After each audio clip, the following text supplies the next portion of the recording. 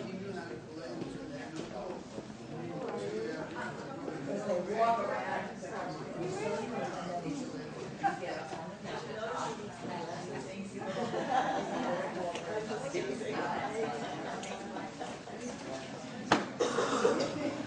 everyone. Thank you for coming. So happy to see you here at our second evening of our Armchair travel series. My name is Penny Wright, and the last session that some of you were here for will be on our website soon, and it was a bicycle trip through Europe with five young women. And the next session will be on March 12th. We hope that you'll come to that as well, and that's a woman named Sharon Keld who will talk about Morocco, where she spent a couple of years. Tonight, however, we're grateful to a longtime Rogers Memorial Library patron and Southampton resident, Art Goldberg, Dr. Art Goldberg, I think it is actually, but we call him Art here. Art Goldberg is a professor of environmental science and chemistry who teaches full-time at the CW Post campus at LIU, and he's been teaching there since the closing of the Southampton campus, where he taught for many years. He's a longtime Southampton resident. He's also an ardent nature photographer who always has his camera with him to capture the moment. And he spent a week in Lhasa and the surrounding areas with only a Tibetan guide. He has hiked and photographed many areas in the western U.S. and has also traveled, explored, and photographed in Haiti, the Brazilian Amazon, the Peruvian Amazon, China, Nepal, Bhutan, and Tibet, and has been to Australia on many different occasions, photographing northern Queensland, Western Australia, and the Red Centre. Art has shared his images with others at exhibitions and on the internet, and has also presented talks focusing on some of his other travel adventures. He has also led student trips to the Peruvian Amazon and the Brazilian Amazon, and he currently teaches a field course on the northeast coast of Australia called Tropical Marine Ecology. We're delighted to have him here with us. Please welcome Art Goldberg.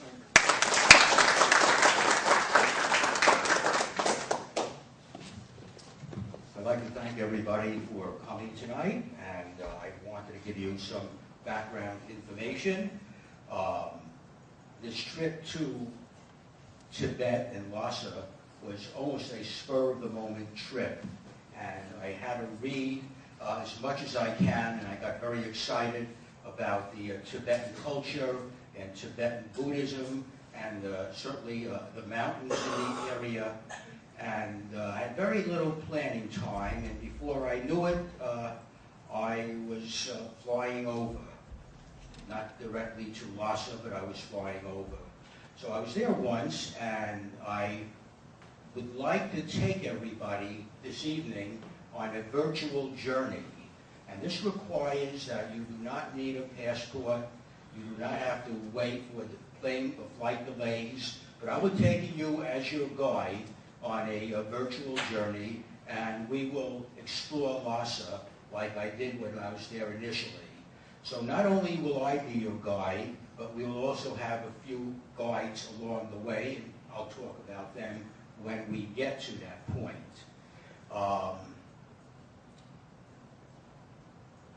I think what we will do is get ready, and we are about to disembark on our virtual journey at this point in time. So let me start this whole thing rolling over here. Hold on for a minute.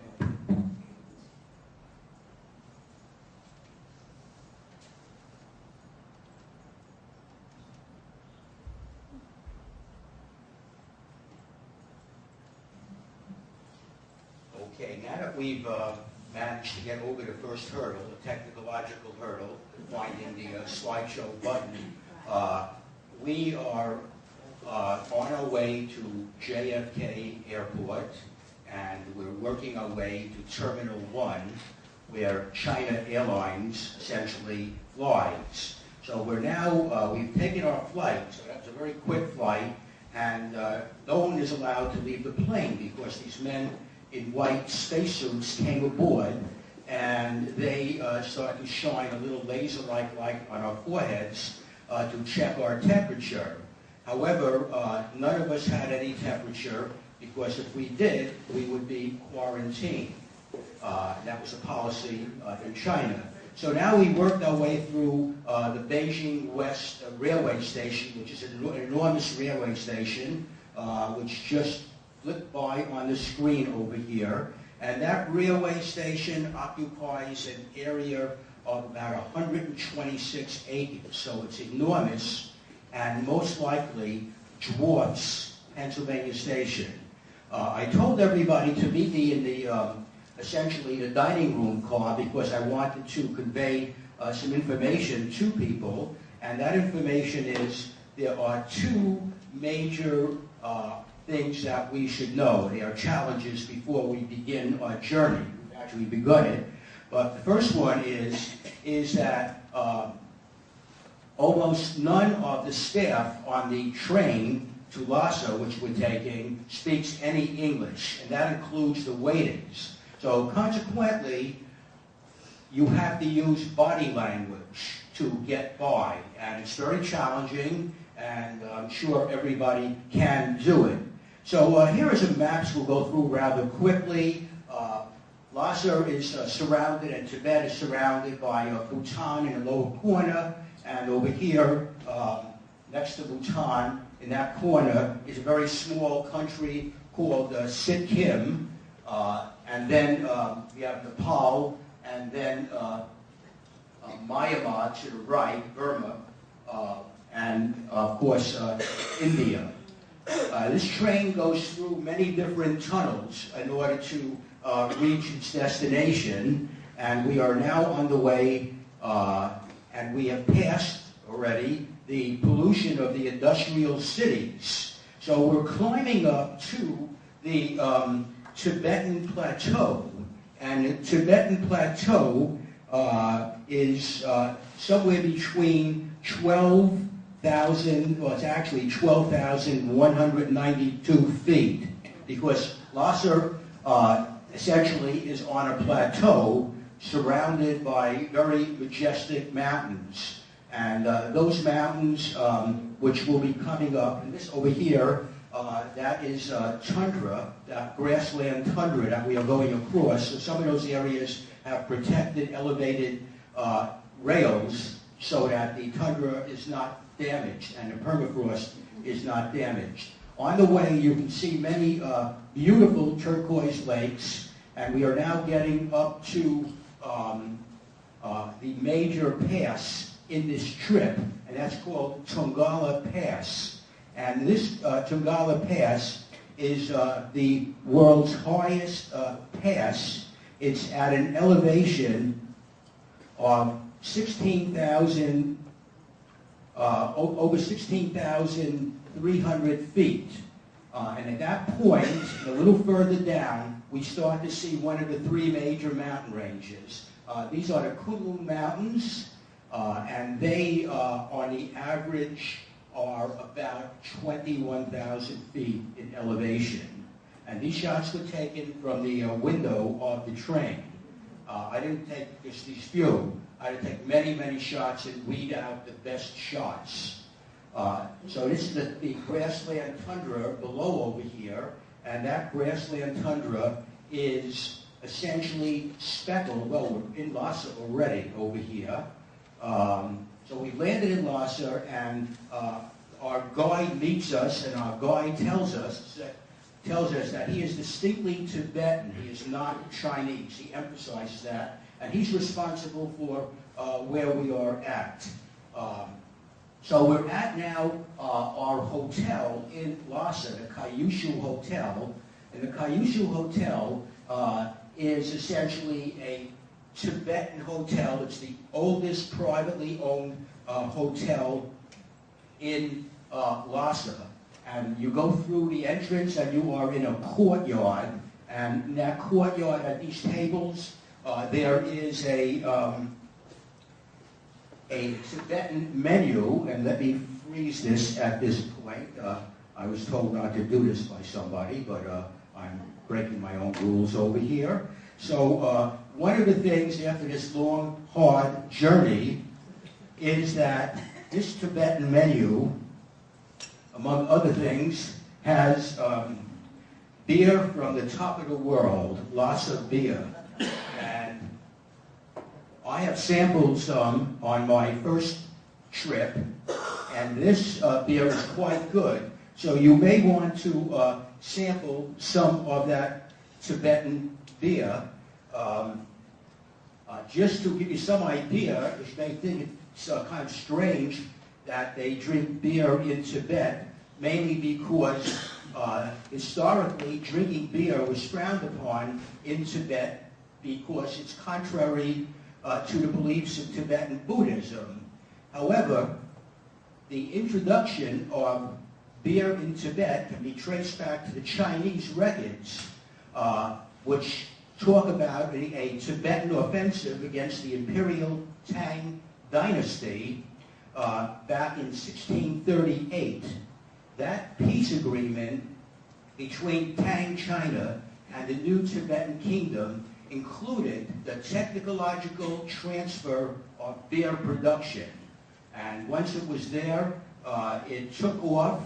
Tibetans are very flexible about their religion. They can always fit some drinks in over there. So that's how Tibetan beer is now kind of accepted, not by everybody, but definitely accepted. There are a lot of other very interesting things on the menu, and if we have a little time afterwards, I will talk about them. But we are on a very quick moving journey over here, and let me now point this out. This is our next morning, and our next morning we now have a great challenge. This is the residence, was the residence of the Dalai Lamas up to 1959, when during the Chinese invasion, when the Dalai Lama fled. All of the Dalai Lamas use this as their winter residence. It is called the Potala Palace. Outside, you can see people in the street. If I had a video camera and observed these people from above, you can see that they are walking slowly. What they are doing is that they are doing something which is very unique to Tibetan Buddhism. They are doing a circumambulation. And this is done so that the Tibetans will, they do this to venerate all of the holy places. It's a holy walk, and the actual walk is called a Kora, K-O-R-A.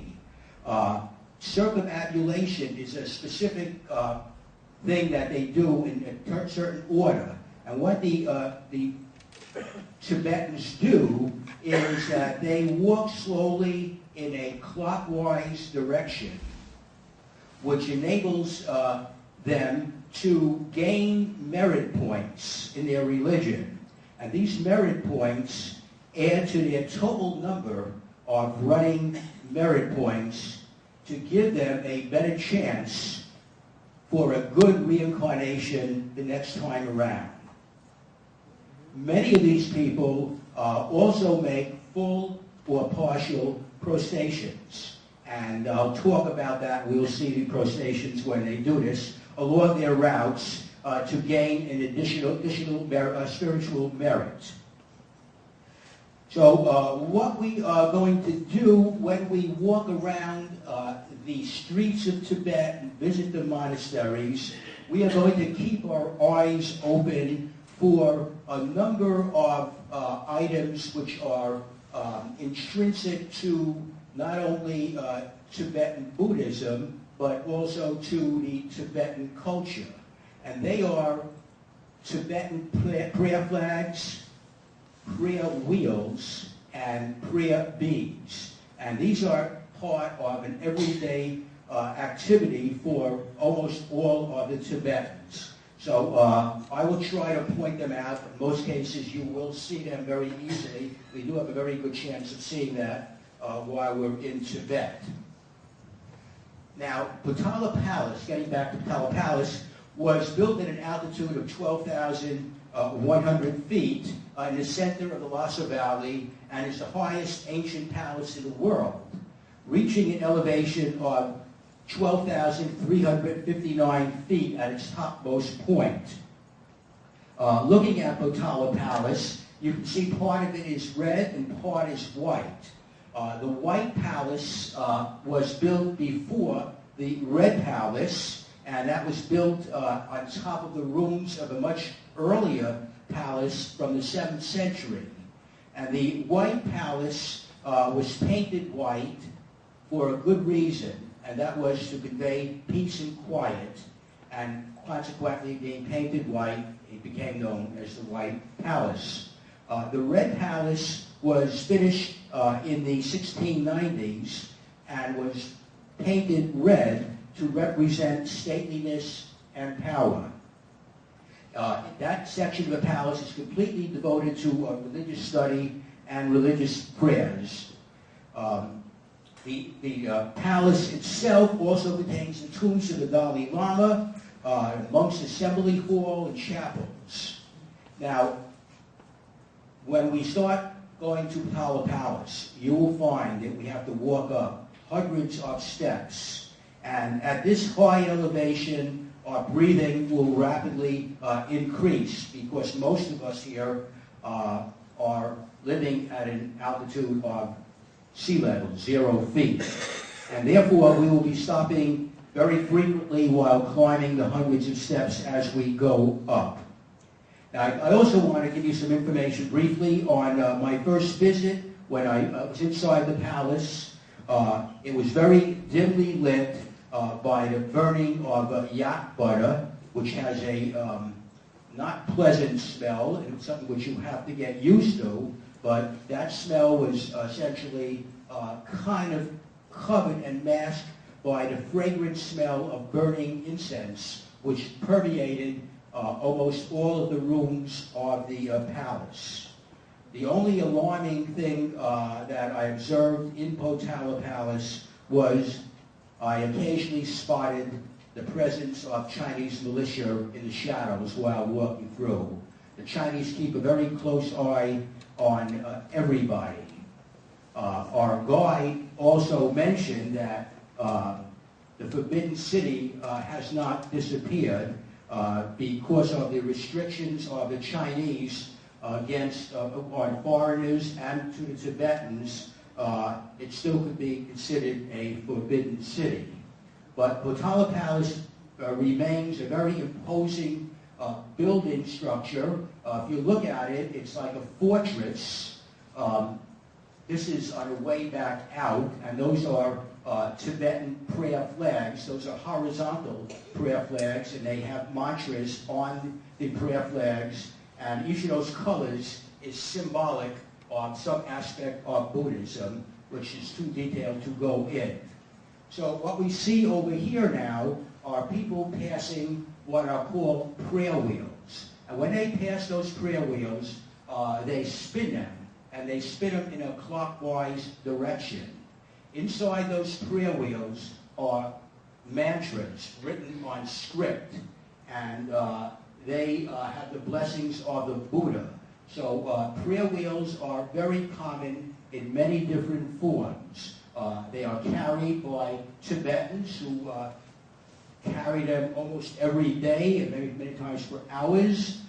When they go walking, these people are probably on their way, just right outside Potala Palace, on the way for a circumambulation of around Potala Palace. So after we complete this very vigorous introduction to Tibet, we are going to spend a very leisurely afternoon at Norbalinka. And Norbalinka, as you see on the screen over there, is known as the Jewel Park in Tibet. While Potala Palace was the winter residence for the Dalai Lama, the Norbalinka was the summer residence during the reigns of successive Dalai Lamas. And there they solved many of the political problems and also held festive celebrations. I was told that it was much more comfortable in Noburenka in terms of temperature and light and much more airy, and they prefer that. But in winter, it was too cold on that. So this is these are some shots of that's the Dharma. It's kind of a figurative thing for the teachings of Buddha, and this is in the grounds, the jeweled grounds upon which the summer palace was built.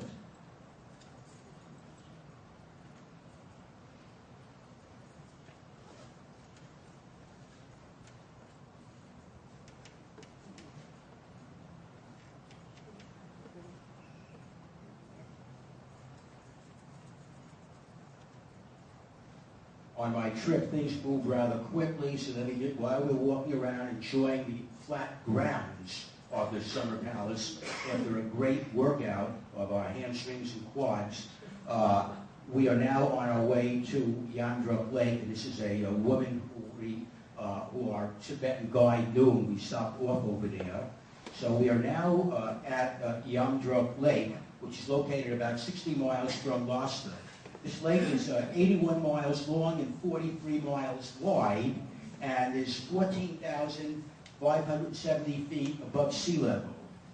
Its deepest point is 180 feet. Now, the main thing of interest for Yamdruk Lake, it's one of the 3 holy lakes in Tibet. Every year, many devotional followers in Tibet and from other places come here for a pilgrimage, because the lake is said to be the female guardian of Buddhism in Tibet, and people in Tibet believe that it will bless and protect them.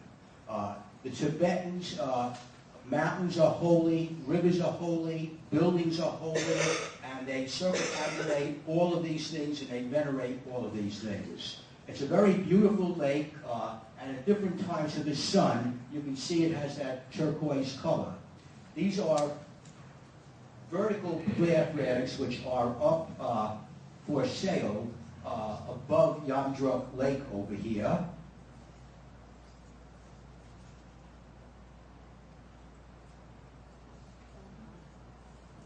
And this was a very pleasant, I hope it was a very pleasant change from Lhasa, just to break our trip up. We come back to Lhasa, we're going to have a leisurely afternoon, and the next day we're going to be visiting 2 of the great monasteries in Tibet, both in Lhasa, of course.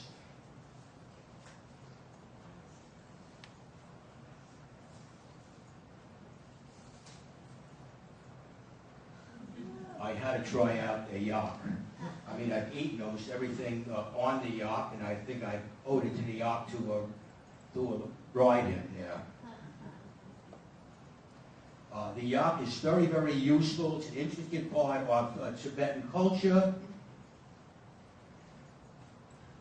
We are now back in Lhasa, and we are at one of the 2 great monasteries. This is the Drepung Monastery, and the second one is called the Sera, S-E-R-A.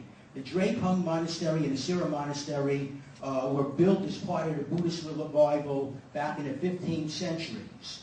Now, contrary to my belief when I arrived there, and I'm sure possibly everyone else's belief, is the fact that these monasteries are not places of worship or rituals. They are, in reality, monastic universities, providing religious education to monks from age 8 to 70. The teachings of in these monasteries were and still are a very significant part of the survival of the Tibetan culture in light of the surrounding Chinese in the area. Now, the Drepung Monastery, you may see some of the monks from the Drepung Monastery, which this, we are still looking at it. The Drepung Monastery is known as the Yellow Hat sect. So monks which wear a yellow hat belong to the Drepung Monastery. The Drepung Monastery, it's known for its very, very high standards of academic studies, and their studies are very, in my estimate, existentialism. They are famous for their emphasis on two aspects of the spiritual path: universal compassion and insight into religion. In the Drepung Monastery, which is very, very old, most of the buildings over there that you see are the original buildings, but it has the appearance from afar of a heap of rice, and such. It was given the name Drepung, which in the Tibetan language means monastery of collecting rice. It's old, but there's some very spectacular parts of the Drepung Monastery. As you can see, almost all of these monasteries are built on top of the largest hills in the area, so that the prayers can reach out to all of the people.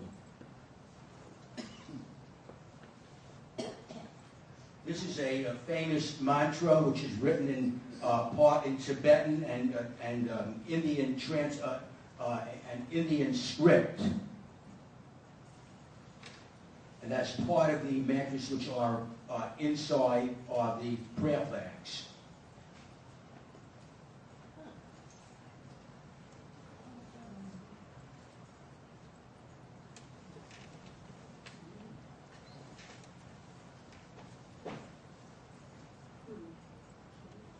So those prayer flags in the background over there are still known as horizontal prayer flags, which tend to run from a very high point down to a lower point.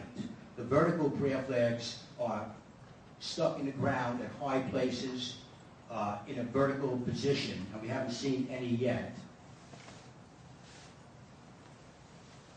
Now these people are preparing to bring yak butter and some bushes, which I'll talk about a little afterwards, which provide the incense to burn inside of the temples themselves. I've always wondered, and this afternoon I made a hypothesis, and I'm not sure if I'm correct, why a lot of people wear masks over their face in Tibet. They do it in China also, but my probably incorrect analysis is that these people do visit many of the holy sanctuaries, and these areas are permeated by fragrant odors, burning of yak butter, so they do not want to get a major whiff of them all of the time. We are now at, it's 3 o'clock in the afternoon. We stopped for lunch. We're at the Sera Monastery, S-E-R-A, and the Sera Monastery was named Sera because the original site was surrounded by roses, and Sera is in Tibet means roses. So we are now looking at what looked like. It's not working. No, it's not working. Hello? Anybody here? Everybody hear me now? Okay. We are now looking at, as you'll see, almost like a karate exhibit. The monks at the Sera Monastery use their hands a lot, and there are students and there are instructors, and the instructors shout questions to the students, and the students answer them. And this monastery is famous for this. Every day of the week at 3 p.m. they have debates of Buddhist scripture. So they'll usually clap their hands as they talk. The instructors and students will, many of the students are sitting down, the instructors are up. And so it's very, a lot of body language goes on during these debates.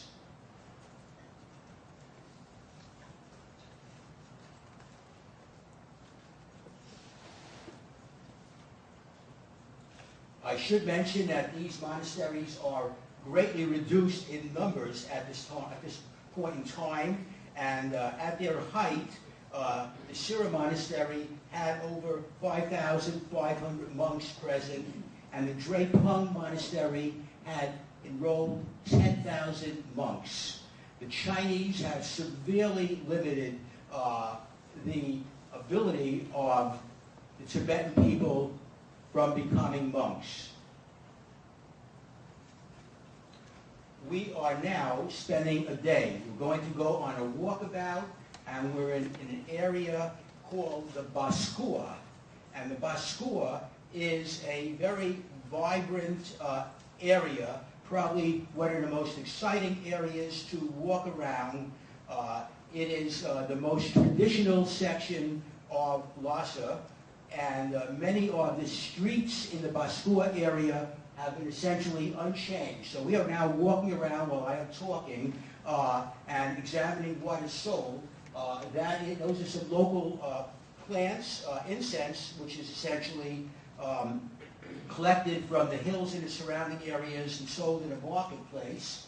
And you'll see lots of interesting things being sold, but also take a look at the architecture when you get a shot. You can see the windows are quite beautiful and very old architecture. There's some shots in here around the Baskua area.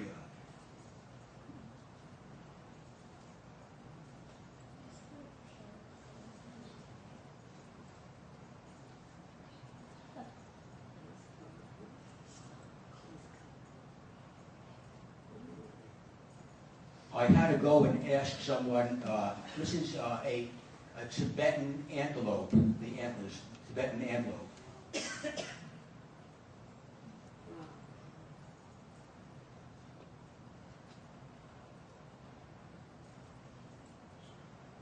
Now you see the gentleman on the left, he has prayer beads in his hand, and we'll talk a little bit about that toward the end of our journey.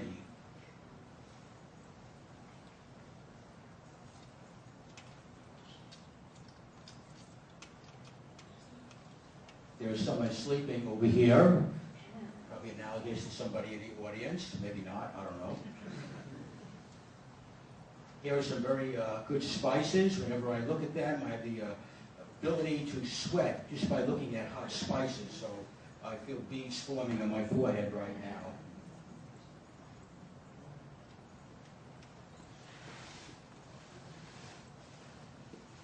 The main staple of the Tibetans is barley. And at one point, the Chinese insisted that the Tibetans grow rice. The Tibetans told them that rice does not grow at this altitude. They said, grow it. They discontinued the barley, and the crop was a total failure. So they are back to barley right now. But they do have lots of spices in addition to that which they grow. But the main staple is barley, which also is barley. The beer is made with barley.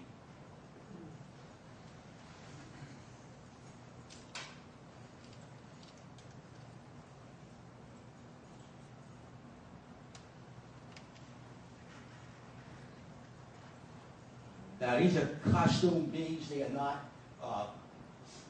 essentially prayer beads. I've yet to learn the true significance of the difference of the two, but the prayer beads are much more battered around and they're just carried usually. So you can see some of the architecture or the windows, and if you're looking at Potala Palace and some of the other places, the windows of these places are usually very ornate.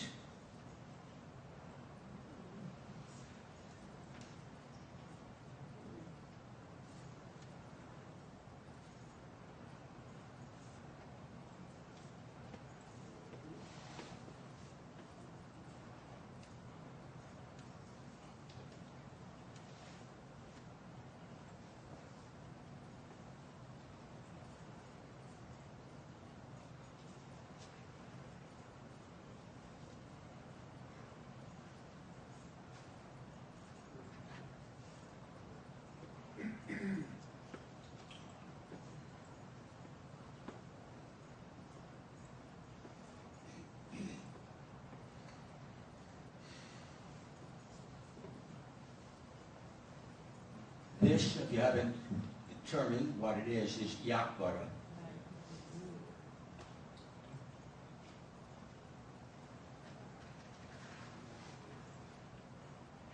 It has that yellowish consistency because on the train I try to get some milk for my coffee, my body language, pointed to the white tablecloth, and I got a yellowish liquid. Later on I found out that it was melted yak butter.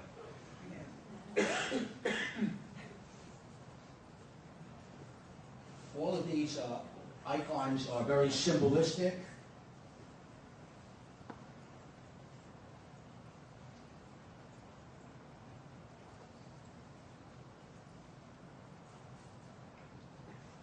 I'm going to pause for a very short second. I'm sure you, mainly because of the fact that this is another structure in the Bakua, and this is the Jokang Temple, also known as the House of Buddha. And before we move on, let me just give you a very brief background so you can appreciate the significance of this particular temple. This was the first Buddhist temple in Tibet, and it contains inside of it now a life-size jeweled image statue of the Buddha at age 8, and perhaps the single most venerated object in Tibetan Buddhism. The Jokang Temple turns out to be the spiritual and physical heart of Lhasa, and is considered the holiest and most sacred site in all of Tibet, being the ultimate pilgrimage destination for Tibetan Buddhists. So you will see now, very shortly, prostrations being made in front of it. And you can see over here, this is an incense burner, a very large incense burner, which is outside, and it constantly burns incense to please the gods which are protecting the Jokang. It burns a mixture of burning Jupiter and finely scented Artemisia. Artemisia is a variety of the daisy family, which produces a very fragrant odor and lots of volatile oil. So it emits a very, very pleasant odor, and that is burned constantly, not only outside, but inside the temple. And also, you can see a vertical prayer flag up over here. So let's go inside and around the temple and take a look.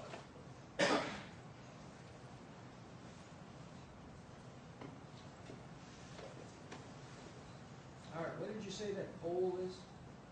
That pole is wrapped, it has prayer things wrapped around it in a vertical position. These are the prostrations, and there are partial prostrations and full prostrations, and people will do this for hundreds of miles to gain merit points. The Buddhist religion is deeply, deeply embedded into the Tibetan culture, and is endangered by the Chinese, who are doing very subtle things to prevent people from coming in contact or pursuing this as a path to learning.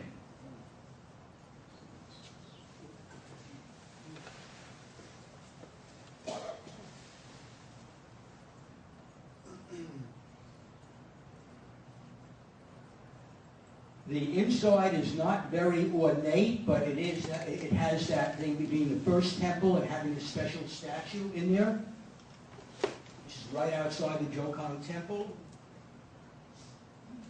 I should mention that the Jokang Temple area has been the symbolic center for Tibetan protests, which started back in 1987, where the first group of monks chanted for independence in this square next to the Jokang Temple. This is inside the Jokang Temple.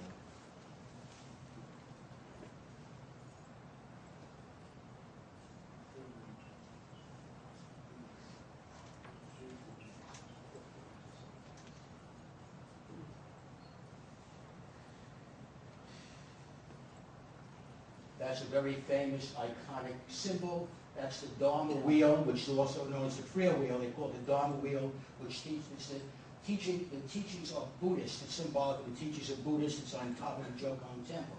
Now, on the roof of the Jokang Temple, you can see prayer flags over here, vertical prayer flags, and the mountains in the back.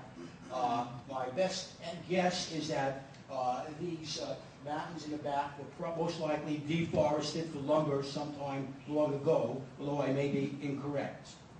Now, back from the temple, you can also see Kotala Palace in the distance. And we now come to walkabout in terms of just taking a look at the Tibetan people, a great variety of people just walking around. So just enjoy it and imagine yourself walking through the streets and smiling at them.